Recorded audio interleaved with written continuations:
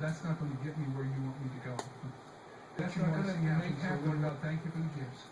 Use them as you feel led to do. And Lord God, my dependence is upon you. You and you alone. Lord, in the weakness of what I know myself to be, break through with your power and give me a sense of the God of heaven working in me.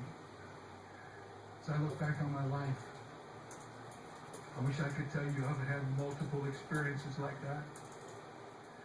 I remember one, though, and I want to tell you about it. When I came back from being in the hospital for a stem cell transplant, I was gone for 7 weeks. Came back really before I should have, but I missed it so much I just couldn't stand not being here. And I was pretty weak. I didn't have much voice. In fact, I've listened to some of the tapes of those messages, and I'm wondering, man, how did y'all listen to that? I was talking in a raspy voice. I was emotional, kind of shaky. But I remember, as if it happened yesterday, going home during those days and telling my wife, honey, I never had an experience like this before. It was almost like here I was standing and somebody was preaching in that pulpit and I was watching it. Like it wasn't me. I'm not a mystic. And I'm not trying to scare you because it really was me, but it was the strangest feeling. I heard myself preaching in a way that I felt no human ability to preach.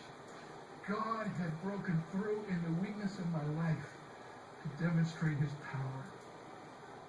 Now I remember when I came back, I told you guys one thing that I want you to remember, and that was this. God is enough. He is. He was sufficient during that time, and he was filling me with his power in a kind of weakness I had never felt before. I'm not saying we should go out and get sick and get weak so God can empower us. I'm just saying that in the process of life, you'll have your moments. And sometimes when you see those things come along that you wish weren't coming, you say, oh, no, no. And maybe you should instead embrace them and say, Lord God, what are you going to do in my life through this time? Whatever it is, I'm okay with it. I'm willing. Show yourself strong in my weakness, God. Use me during this time. You know, people watch us when we're weak as they never watch us when we're strong. Because they want to find out if in our weakness they can spot the difference Jesus makes. So I encourage you today, embrace this paradox.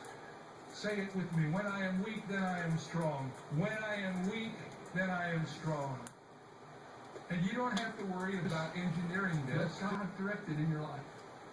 But recognize it when it comes and accept it for what it is. And thank God for the opportunity he's going to provide in this time in your life. Amen. Amen. You can probably tell as you listen to this that my voice is a little bit weaker than normal. When I was talking about weakness, I was actually experiencing it because I had just come back from my second bout with cancer, and I knew then what this passage was all about. When we are weak, then we become strong. Well, tomorrow we are going to talk about how to get through the wilderness.